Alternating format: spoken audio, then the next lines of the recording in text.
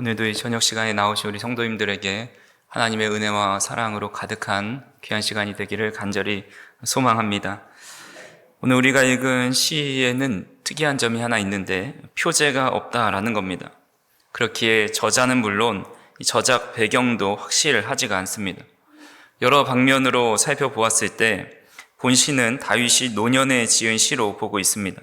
그 이유가 바로 70인역에서는 다윗의 시 요나답의 아이들과 처음으로 갇힌 자가 되었던 자들에 대하여 라는 그런 표제가 붙어 있습니다.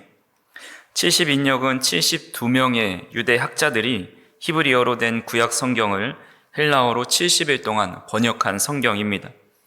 70인역은 성경의 역사나 또 유대 헬레니즘의 문화, 또 신약의 구약 해석을 이해하는데 필수적인 고대 문헌입니다. 그래서 초대교회와 신약 성경 이해에 대해서 결정적인 영향을 끼치고 있는 책입니다. 그렇게 70인역에서 기록해 놓았다라는 이 다윗의 시라는 그 머리말은 신빙성 있는 말이라 할 수가 있습니다. 또한 본시에 사용된 어휘들이 그동안 우리가 보았던 그 다윗의 시들에 사용된 것과 유사하다라는 점도 이 다윗의 시라는 데 힘을 실어주고 있습니다. 본시의 표제를 붙여본다면 나이 든 성도의 기도 혹은 노년의 탄원이라고 할 수가 있습니다. 시인은 굳게 믿음 위에 서서 오랫동안 겪은 경험을 바탕으로 원수들을 대항하고 또 하나님께 도움을 구하고 복을 내려주시기를 간구하고 있습니다. 시인은 하나님의 은혜로운 응답이 있을 것을 기대하면서 여호와를 높이고 영화롭게 할 것을 다짐하는 내용이 담겨져 있습니다. 이런 내용을 바탕으로 우리가 좀 길지만 공동 번역으로 함께 낭독해 보도록 하겠습니다. 야훼여, 당신께 피신합니다. 다시는 욕보는 일 없게 하소서. 당신의 정의로 나를 보호하시고 구해 주소서. 귀를 기울여 들으시고 구해 주소서. 이 몸 의지할 바위 되시고 내 목숨 구원하는 성체 되소서. 나의 바위, 나의 성체는 당신이십니다. 나의 하나님, 악인의 손에서 나를 구해주시고 흉악하고 포악한 자의 손에서 나를 구하소서. 주여, 바라느니 당신뿐이요 어려서부터 믿느니 야훼 당신입니다. 모태에서부터 나는 당신께 의지하였고 어머니 뱃속에 있을 때부터 당신은 나의 힘이었으니 나는 언제나 당신을 찬양합니다. 사람들은 나를 보고 이상히 여겼지만 당신만은 나의 든든한 의지였습니다. 나의 입은 당신께 향한 찬양을 가득 담았고 날마다 당신의 영광을 찬양합니다. 늙었다고 이 몸을 버리지 마옵시고 기력이 다하였다고 내치지 마옵소서. 원수들이 나를 두고 수군대며 이 목숨을 노리는 자들이 공모합니다. 하나님도 버린 자 쫓아가서 붙들어라. 구해줄 자 없으니 잡아다가 족치자. 하나님 멀리서 계시지 마시고 빨리 오시어 도와주소서. 나의 하나님, 내 목숨을 노리는 자들 망신에 망신을 당하게 하시고 나를 해치려는 자들 모욕과 창피를 당하게 하소서. 나는 언제나 당신께 희망을 두고 더욱더 당신을 찬미하리이다. 나 비록 글은 몰라도 정의를 떨치시어 약자를 구하신 일들 매일매일 내 입으로 이야기하리이다. 야훼 나의 주여, 그 크신 힘으로 이룩하신 일들 당신 홀로 떨치시던 그 정의를 생각합니다. 하나님, 나는 어려서부터 당신께 배웠으며 당신의 놀라운 일들을 지금까지 알렸습니다. 이제 이 몸은 나이 먹어 늙었습니다. 하나님, 버리지 마옵소서. 당신께서 팔을 펴사 이루신 일, 그 힘을 오고 오는 세대에 전하게 하소서. 하나님, 하늘까지 펼치신 당신의 정의를 전하게 하소서. 이다지도 크신 일이 이룩하신 하나님, 네 있어 당신과 견주리이까. 그 많은 고생과 불행을 나에게 지워주셨어도 당신은 나를 되살려 주시고 땅속 깊은 곳에서 끌어내시리이다. 나를 장하게 키우시고 돌이켜 나를 위로하소서. 성실하신 나의 하나님, 검은 고를 뜯으며 감사 노래 부르고 이스라엘의 거룩하신 하나님께 수금을 타며 노래 불러 올리리이다. 당신께 찬양 드릴 때 내 입술 흥겹고 속량하신 이 목숨은 한량없이 기뻐옵니다. 나의 혀가 종일토록 당신의 정의를 이야기하리이다. 나를 모함하던 자들 수치와 망신을 당하여라. 아멘. 우리가 비슷한 말 중에 희망이라는 말과 소망이라는 말이 있습니다. 일반적으로 세상에서는 희망이라는 말이 많이 사용되고 기독교에서는 희망보다는 소망이라는 말을 많이 사용합니다. 그런데 국어사전을 찾아보면 그 의미가 크게 다르지 않습니다. 희망이라는 말은 어떤 일을 이루거나 얻고자 기대하고 바라는 것이다 라고 설명을 하고 있습니다. 그리고 소망이라는 것은 바람, 또 바라는 바, 소원, 희망이라고 설명을 합니다. 두 단어가 비슷한데 우리 기독교에서는 희망이라는 말보다 소망이라는 말을 더 많이 사용하고 있습니다. 희망은 아직 현존하진 않지만 미래에 실현되기를 기대하고 기다린다라는 것을 뜻합니다. 그리고 이 희망의 주체는 사람입니다. 따라서 사람이 어떤 것을 희망은 하지만 그것이 이루어진다라는 보장은 없습니다. 이루어질 수도 있고 이루어지지 않을 수도 있습니다. 하지만 성경에서 사용하는 소망은 희망과 다른 차원의 의미를 가지고 있습니다. 성경에 따르면 소망은 삼위 하나님의 사역과 관련되어 있다라고 볼 수가 있습니다. 소망의 근원과 주체가 사람이 아니라 하나님의 말씀이라는 겁니다. 소망의 내용은 하나님의 약속이고 성경 안에 들어가 있습니다. 하나님의 약속은 반드시 이루어지기 때문에 미래가 확실히 보장된 내용이다라고 할 수가 있습니다. 즉 희망과 소망의 확실한 차이는 희망은 그 성취가 불확실하지만 소망은 그 성취가 확실하다라는 것에 있습니다. 그래서 소망을 갖기 위해서는 하나님의 약속의 말씀을 믿는 믿음이 필요하고 소망을 확신하고 있는 사람은 어떤 상황에서도 좌절하거나 절망하지 않고 기다리며 인내할 수 있는 것입니다. 오늘 시인은 여호와께서 구원해 주실 것을 소망하면서 노년에 위기가 찾아왔을 때 하나님께 피한다라고 고백하고 있습니다. 우리 오늘 본문 1절을 같이 한번 읽어보겠습니다. 여호와여 내가 주께 피하오니 내가 영원히 당하게 하지 마소서. 아멘. 다윗이 노년기에 겪었던 가장 어려운 일을 손에 꼽으라고 한다면 바로 자신의 아들 압살롬이 반역한 사건입니다. 아들 압살롬이 군사를 일으켜서 또 그동안 믿어왔던 사람들이 반역을 일으켜서 자신의 반대편에 서 있습니다. 그동안 자신이 일구었던 왕궁을 등에 지고 피난길에 올라야 했고 자신의 아들이 후궁을 욕보이는 일을 당했을 때 얼마나 참담한 마음과 답답하고 마음이 아팠을까 생각을 해봅니다. 아마도 다윗이 사울에게 젊었을 때 쫓겨다니던 그때의 수모와 수치와는 비교할 수 없을 정도로 이미 안정된 생활을 하고 또 노년의 때에 이런 어려움을 당하는 것을 보게 되었을 때 그때보다 더 크게 심적으로 육적으로 고통스러웠을 것입니다. 바로 이런 인생의 극한의 위기 속에서 다윗은 하나님의 이름을 부르며 하나님께 피하고 자신으로 하여금 영영이 수치를 당하지 말게 해달라고 간구하고 있습니다. 그래서 2절에 보시면 주의 의로 나를 건지시며 나를 풀어주시며 주의 귀를 내게 기울이사 나를 구원해 주소서라고 고백하고 있습니다.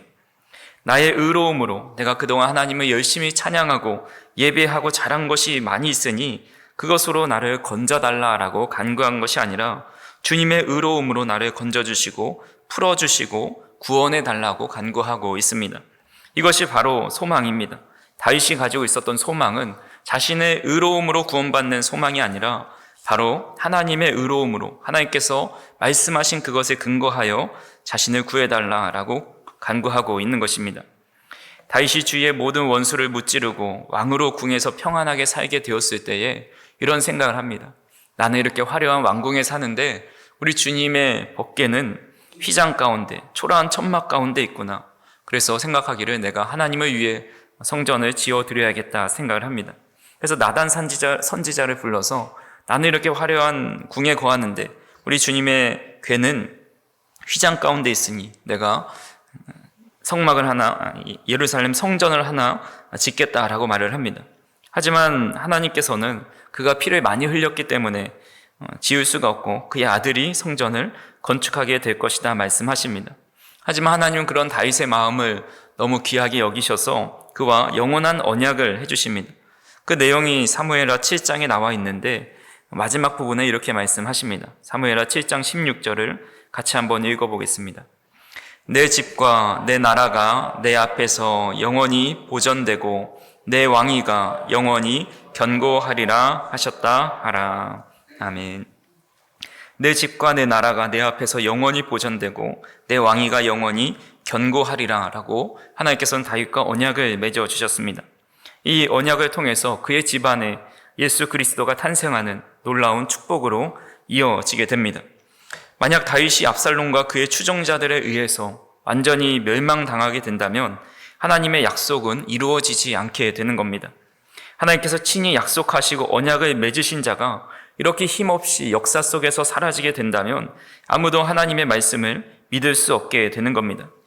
다윗은 내 집과 내 나라가 내 앞에 영원히 보존되고 내 왕위가 영원히 견고하리라 하나님께서 말씀하셨으니 그 말씀에 근거하고 소망을 두어서 자신을 구원해 달라, 어떤 세력도 자신을 흔들고 또 무너뜨릴 수 없다라고 고백하면서 이어서 3절에 이렇게 고백을 하고 있는 겁니다. 같이 한번 본문 3절을 읽어보겠습니다. 주는 내가 항상 피하여 숨을 바위가 되소서. 주께서 나를 구원하라 명령하셨으니 이는 주께서 나의 반석이시요 나의 요새이심이니이다. 아멘. 주님의 약속을 붙잡고 그것을 소망으로 두는 사람은 반석과 같이 흔들리지 않고 요새와 같이 무너지지 않게 된다고 고백을 하고 있습니다. 그렇게 하나님께 피하였을 때 다윗은 그 위기에서 벗어났을 뿐만 아니라 다시 이스라엘의 왕으로 회복됩니다. 반대로 다윗을 죽이려 하는 원수들은 완전히 멸망당해서 오히려 그들이 수치를 당하게 됩니다. 반역의 주동자였던 압살롬은 결국 나무에 매달려 창에 찔려 비참한 최후를 맞이하게 되었고, 다윗의 벗이었지만 또 책략가였지만 그를 배신한 아히도벨은 스스로 목숨을 끊게 되었습니다.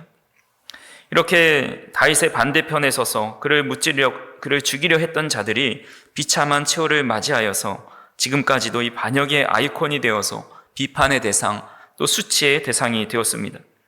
우리 믿음의 사람도 늘 어려운 일을 당하고 감당할 수 없는 고난과 또 힘든 일들을 당할 때가 있습니다. 고난은 관에 들어갈 때에야 그친다라고 말한 것처럼 죽을 때까지 우리를 따라다니면서 우리를 넘어뜨리려 하고 낙심하게 하고 소망을 잃어버리게 만듭니다. 하지만 그때마다 우리가 기억해야 할 것은 우리에게는 견고하고 흔들리지 않는 피난처가 있다라는 것입니다. 어떤 고난도 또 어떤 대적도 절대로 뚫을 수 없는 절대 방어기지가 있다라는 것입니다. 그 피난처요 절대 방어기지가 바로 하나님이시고 하나님의 말씀입니다.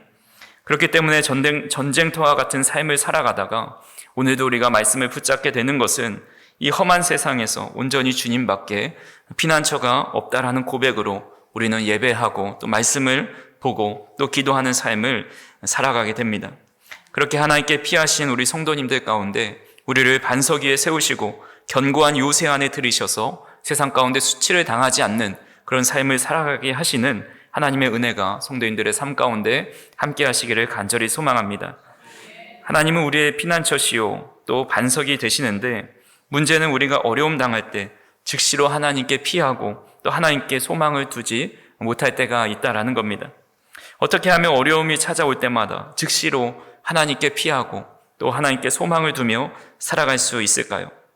가장 좋은 방법은 어렸을 때부터 하나님께 피하는 훈련이 되어 있으면 어떤 상황이든지 하나님께 소망을 두며 살아갈 수 있습니다. 오늘 본문 5절과 6절을 한번 읽어보겠습니다. 주 여호와여, 주는 나의 소망이시요 내가 어릴 때부터 신뢰한 이시라.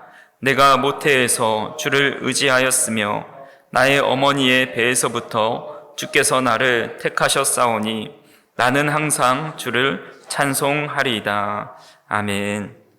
시인은 여호와는 나의 소망이라 고백하면서 내가 어릴 때부터 신뢰하신 분입니다 라고 고백을 합니다. 모태에서부터 주를 의지하였다라고 고백을 합니다. 스태펀드 대학교 심리학과 교수인 러셀 포드렉이라는 분이 이런 말을 했습니다.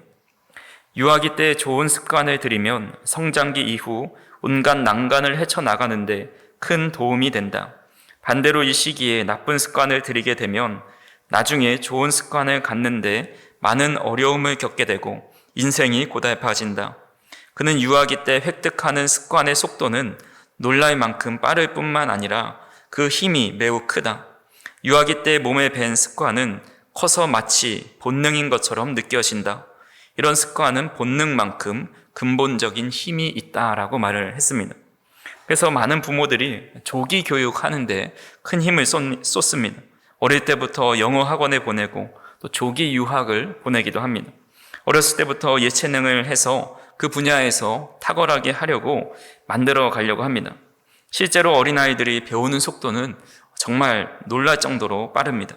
그리고 어려서 배워놨던 것을 한참 안 하다가도 나중에 하게 되었을 때 쉽게 배우고 습득하는 것을 보게 됩니다. 세상 사람들은 성공하기 위해 좋은 습관을 들이는데 힘쓰지만 우리 믿음의 사람들은 어릴 때부터 영적인 좋은 습관을 갖도록 힘써야 하는 것이 참 좋은 습관이다 할 수가 있습니다. 어릴 때부터 하나님을 신뢰하는 방법을 배워야 합니다. 우리 자녀들이 어렸을 때 하나님이 우리의 피난처시요 요새시요 우리를 도와주실 수 있는 분이기 때문에 어려움이 올 때마다 기도해야 하고 또 하나님의 말씀을 가까이 해야 하고 모든 일을 할 때 하나님께서 기뻐하는 일일까를 고민하게 만드는 그런 방법을 어릴 때부터 가르친다면 그 사람은 나중에 커서도 하나님께 기도하게 되고 하나님을 찾게 되고 하나님께 피하는 삶을 살아가게 됩니다. 잠언 22장 6절에 이렇게 말씀하고 있습니다. 마땅히 행할 길을 아이에게 가르치라. 그리하면 늙어도 그것을 떠나지 아니하리라 라고 말씀합니다. 이스라엘에서 가장 훌륭한 영적 지도자 중에 한 명이 사무엘입니다. 사무엘이 어린 시절을 어떻게 보냈는지 2장 18절에 이렇게 말씀하고 있습니다. 사무엘은 어렸을 때에 세마포 에봇을 입고 여호와 앞에서 섬겼더라. 사무엘은 어렸을 때부터 구별된 옷을 입고 여호와 앞에 섬기는 삶을 살았습니다. 그래서 자신의 소견대로 옳은 대로 살아가는 시대, 이상이 보이지 않던 시대를 끊어내고 하나님의 말씀을 전해주고 그 이스라엘 백성들을 옳은 대로 이끌어주는 지도자가 되었습니다. 그래서 우리도 우리 자녀들에게 남겨줄 수 있는 가장 좋은 유산이 바로 하나님의 말씀으로 구별되게 살아가고 또 하나님을 섬기고 하나님 앞에서 살아가게 하는 영적 습관을 기르는 것이 정말 중요하다라는 것을 깨닫게 됩니다. 그런데 우리는 이 말씀을 적용해 볼 때에 우리는 이미 성인이 되었고 어렸을 때부터 주님을 잘 믿지 않았던 분들 또 뒤늦게 신앙생활을 하는 분들에게는 소망이 없는가? 그것이 아닙니다. 자녀들에게 좋은 습관을 남겨주는 가장 좋은 방법이 부모가 먼저 좋은 습관을 실천해 나가는 겁니다. 그래서 우리가 누군가에게 남겨주는 삶이 아니다 할지라도 우리 스스로 좋은 습관을 지금부터 만들어 갈 수 있고 또 그런 습관을 통해서 우리의 자녀들이 믿음의 좋은 습관을 본받으며 살아갈 수 있게 된다라는 겁니다. 중국의 뛰어난 교육 전문가인 장친이라는 분이 부모의 습관이 아이의 미래를 결정한다라는 책을 냈습니다. 책을 자세히 읽어보진 않았지만 아이를 가르치고 또 좋은 습관을 주기 위해서 부모의 변화가 얼마나 중요한지를 이야기하는 책입니다. 또 일본의 토오루 후나츠라는 교육 전문가도 부모의 행동이 아이를 천재로 만든다라는 책을 냈는데 그 위에 부제를 보시면 부모의 습관이 자녀의 능력과 직결된다라는 부제를 적어놨습니다. 즉 우리 자녀들이 어릴 때부터 하나님을 신뢰하고 하나님의 찾는 자들로 만들기 위해서는 우리가 먼저 우리의 주님을 소망으로 삼고 또 언제나 하나님을 신뢰하고 하나님을 찾는 모습을 보여주어야 합니다. 성인이 되어서 좋은 습관을 갖기 위한 또한 가장 좋은 방법이 반복입니다. 그래서 우리에게 잘 알려진 화가 빈센트 반 고흐가 이런 말을 했습니다. 위대한 일은 충동적으로 이루어지는 것이 아니라 작은 일들이 모여 이루어진다라는 말을 했습니다. 그는 지금 우리에게 너무 유명한 화가로 알려져 있고 그가 그린 작품들도 돈으로 값을 매기지 못할 정도로 아주 뛰어난 작품들이 많이 있습니다. 하지만 그가 살아생전에는 그렇게 주목받는 화가가 아니었습니다. 그는 27세에 그림을 시작했지만 사람들은 그의 작품에 관심이 없었습니다. 그가 약 10년의 짧은 활동을 하면서 2100점 정도의 작품을 남겼는데 그 작품 중에서 단 한 점의 작품만 팔렸다고 전해져 오고 있습니다. 하지만 그는 단 한 번도 그리기를 멈추지 않았다고 합니다. 그는 누가 알아주든지 알아주지 않든지, 누가 작품을 사가든지 사가지 않든지 매일 그림을 그리면서 후대의 가장 훌륭한 화가로 기록되는 사람으로 남게 되었습니다.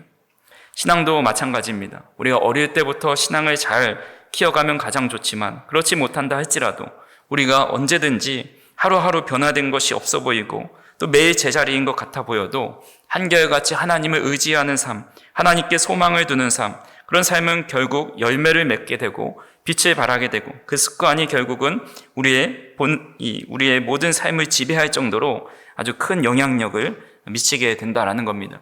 그리고 그런 모습을 보고 자란 우리의 자녀들은 그런 부모의 신앙을 대물림 받아서 그들도 언제나 하나님께 소망을 두는 삶, 하나님께 피하고 하나님을 의지하는 삶을 살아가게 됩니다. 간절히 바라기는 저와 우리 성도님들이 늘 하나님을 소망으로 삼고 또 하나님을 신뢰하는 삶을 이 땅에 보여주는 삶을 살아서 우리의 자녀들뿐만 아니라 우리 교회의 모든 영적 식구들에게 좋은 습관을 길러주고 전해주는 신앙의 믿음의 사람들이 다 될 수 있기를 간절히 소망합니다. 마지막으로 그렇게 하나님께 피하는 자들은 백발이 되어서도 하나님은 그를 떠나지 않으시고 버리지도 않으십니다. 오늘 본문 9절과 또 18절의 말씀을 같이 한번 읽어보겠습니다.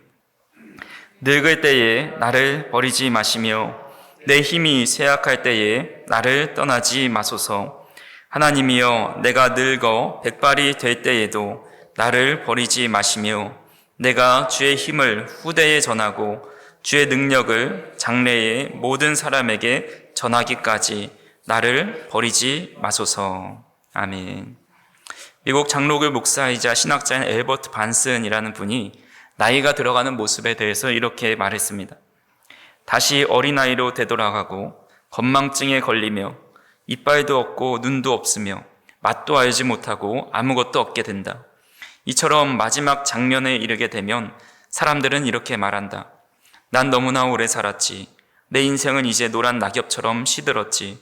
노인에게 따라야 할 것은 존경과 사랑과 순종과 많은 친구들을 이어야 하지만 나는 이것들을 바라지도 않는다네 라는 말을 하였습니다. 누구나 이렇게 힘이 약해지고 기운이 떨어지고 쇠약해지는 때가 찾아옵니다. 이때 세상은 힘없는 백발의 노인을 필요로 하지 않고 돌보려 하지도 않습니다. 존경과 사랑과 순종은 어디 간지 보이지 않습니다. 구인구직 광고를 보면 기업에서 직원을 채용할 때도 연령에 제한을 두기도 하고 또 취미 모임에 나가려고 해도 나이를 제한할 때도 있습니다. 교회에서도 보면 부교육자를 뽑을 때 나이를 제한해 두기도 합니다. 일을 잘할 수 있는 젊은 사람을 누구나 뽑기를 원합니다. 전에 개봉했던 영화 중에 인턴이라는 영화가 있습니다. 주인공은 70된 할아버지입니다. 회사를 경영하다가 70이 되어 은퇴하고 심심한 하루하루를 보내다가 우연히 시니어 인턴 모집 공고를 보게 됩니다. 그래서 젊은 여자가 CEO로 있었던 옷을 파는 온라인 쇼핑몰 회사였는데 그곳에 지원했다가 붙게 되었습니다. 젊은 여자 CEO는 이 나이에 인턴이 무슨 도움이 되겠는가, 인터넷이나 제대로 할 수 있겠는가라는 식으로 쌀쌀맞게 대했고 큰 일거리도 주지 않았습니다. 하지만 산전수전 다 겪은 이 노련한 주인공이 결국 젊은 CEO에게 조언도 해주고 여러 가지 도움을 주는 따뜻한 영화입니다. 이 영화에선 해피엔딩으로 따뜻하게 표현이 되었지만 실제로는 아무도 찾지 않고 사회도 필요로 하지 않는다고 느끼면서 점점 어르신들의 소외계층이 많아지고 있는 것이 현실입니다. 세상은 이렇지만 하나님은 그렇지 않습니다. 하나님은 나이를 전혀 상관하지 않으십니다. 하나님께서 아브라함을 부르셨을 때가 75세이고 약속의 아들을 낳았을 때가 100세입니다. 야곱이 베델에서 하나님을 만났을 때가 대략 70대 후반이고 삼촌 라반의 집으로부터 독립해서 이스라엘이라는 이름을 얻었을 때가 90대 후반이었습니다. 하나님께서 모세를 불러 민족의 지도자로 삼았을 때는 앞날이 창창하고 힘이 있었던 40세가 아니라 이미 힘을 많이 잃어버린 80세의 노인이었습니다. 하나님은 세상에서 이미 힘을 잃고 아무도 찾아주지 않는 백발이 된 사람을 찾아가 주시고 만나 주시고 그들에게도 소명을 주시면서 그들과 함께 하셨습니다. 아직도 내가 필요하고 아직도 나는 내가 가장 사랑스럽다라고 말씀해 주시는 분이 바로 우리 하나님이십니다. 세상은 나를 필요로 하지 않고 사람들은 나를 떠난다 할지라도 하나님은 우리를 끝까지 백발이 되어서 아무런 힘이 없을 때에도 오히려 힘이 없기 때문에 우리와 더 함께 하시면서 우리를 도와주시고 하나님 나라에 아무런 도움이 되지 않는다라고 여기는 우리를 들어서 사용해 주시는 것을 보게 됩니다. 하나님은 여전히 우리를 일으키시고 구원해 주시고 함께 하신다라는 사실을 믿으시며 살아갈 수 있기를 간절히 소망합니다. 그렇게 하나님께서 백발의 우리, 하나님 나라에 아무런 공로를 드릴 수 없는 우리를 사랑해 주시고 구원해 주신다라는 사실을 깨달은 사람은 이렇게 고백할 수밖에 없습니다. 우리 19절 말씀 같이 한번 읽어보겠습니다. 하나님이여 주의 의가 또한 지극히 높으시니이다. 하나님이여 주께서 큰 일을 행하셨사오니 누가 주와 같으리이까. 아멘. 누가 주님과 같겠습니까? 이 세상의 그 어떤 신도 하나님보다 위대하신 분이었고 그 어떤 것도 주님과 같이 귀하시고 놀라우시고 경이로우시고 찬양받기 합당하신 분이 없습니다라는 고백을 가지고 살아가게 됩니다. 그리고 시인은 22절에서 24절에 이렇게 고백합니다. 같이 한번 읽어보겠습니다. 나의 하나님이여 내가 또 비파로 주를 찬양하며 주의 성실을 찬양하리이다. 이스라엘의 거룩하신 주여 내가 수금으로 주를 찬양하리이다. 내가 주를 찬양할 때에 나의 입술이 기뻐 외치며 주께서 속량하신 내 영혼이 즐거워하리이다. 나의 혀도 종일토록 주의 의를 작은 소리로 읊조리오리니 나를 모해하려 하던 자들이 수치와 무한을 당함이니이다. 아멘. 앞에서 제가 미국의 목사님이 말한 그 글을 보면 그 세상에 낙이 없고 먹는 즐거움도 없고 보는 즐거움도 어떤 일에도 기쁨과 즐거움을 가져다 줄 수 없는 무채색의 삶을 살아가게 되는 모습을 보게 됩니다. 하지만 하나님의 은혜를 경험한 사람은 하나님이 부르실 때까지 찬양하는 삶을 살아가게 됩니다. 찬양은 기쁨이 있는 겁니다. 기뻐하고 즐거워하는 삶이 바로 그의 입술에서 끊이지 않는 찬양을 부르는 삶입니다. 그래서 종일토록 주의 의를 작은 소리로 읊조리며 늘 기뻐하며 마음속에 영혼이 즐거워하며 살아갑니다. 백발이 될 때까지 행복할 수 있는 비결은 단 하나밖에 없습니다. 바로 하나님의 은혜를 날마다 깨닫는 것입니다. 이렇게 연약한 자, 아무도 찾지 않는 자를 하나님은 찾아주시고 동행해 주시고 또 들어 사용하신다라는 사실을 깨달으면서 살아갈 때 우리는 몸이 육신이 날로 새하여져고 또 기뻐할 일이 세상 가운데 없자 할지라도 우리의 속사람은 날로 새로워져서 영적으로 충만한 기쁨과 감사 속에 살아가다가 또 늘 마음에 소망하던 하나님의 나라의 기쁨으로 입성하게 될 것입니다. 간절히 바라기는 저와 우리 성도님들이 하나님의 그 크신 은혜로 말미암아 누가 주님과 같겠습니까? 누가 이렇게 연약한 자를 하나님께서 사랑하십니까? 누가 나 같은 자를 돌아나 보겠습니까? 하지만 그 크시고 위대하신 하나님께서 나를 사랑해 주시고 돌봐주시고 눈동자같이 지켜주시니 참으로 감사하며 주님과 같은 분은 없습니다.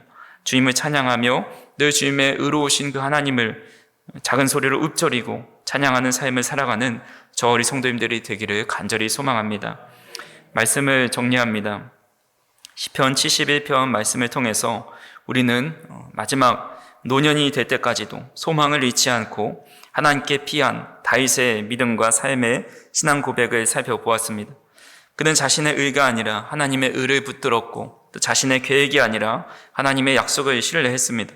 그는 젊은 시절에도 또 노년에도 하나님을 신뢰했고 결국 백발이 돼서까지도 하나님은 그를 떠나지 않고 또 그도 하나님을 늘 피난처로 삼고 그 하나님의 말씀에 소망을 삼고 살아가는 삶을 살았습니다.